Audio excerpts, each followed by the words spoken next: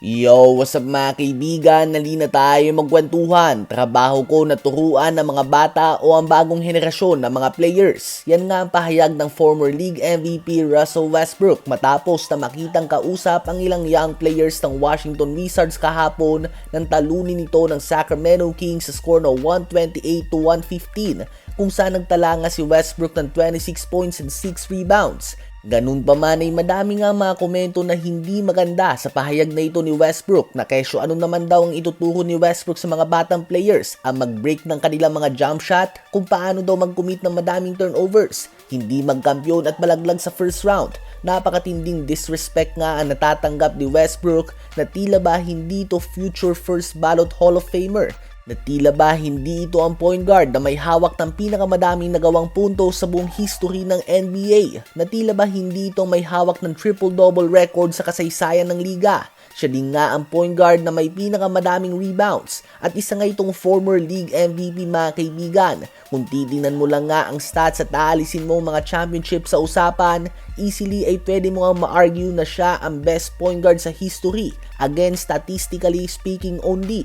Oo, hindi siya nagkampiyon at mataas ang tsansa na matapos ang kanyang career na walang singsing at isang beses lang nga siyang nakaabot sa NBA Finals. Subalit napakadaming bagay nga ang pwede niyang maituro sa mga batang players natin. Una ay ang kanyang mindset na bigay todo palagi. Si Westbrook nga ang isang player na hindi ka magdududa sa kanyang effort. Talagang masusulit nga ang binayad mong ticket kung nais mo siyang papanood sa kanyang prime.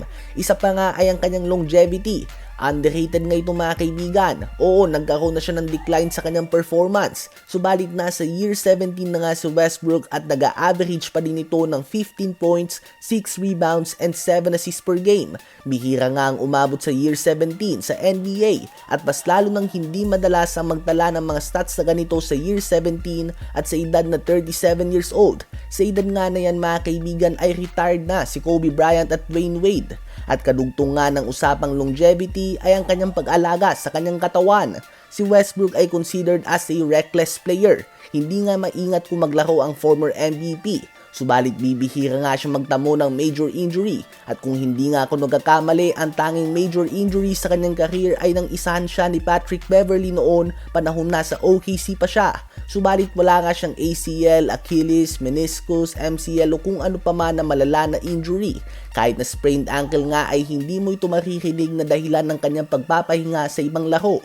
At hindi nga ito aksidente dahil na din nga ito sa pag-aalaga niya sa kanyang katawan, sa kanyang mga kinakain at sa kanyang workout. Disiplina nga ito mga kaibigan. Ilan lang nga yan sa mga bagay na pwedeng maituro ni Westbrook sa bagong henerasyon. Kasama din nga ng kanyang pagiging pro sa loob at labas ng court. Ano ba ang masasabi nyo sa disrespect na natatanggap ni Westbrook mula sa mga makabagong NBA fans na hindi na naabutan ang kanyang prime?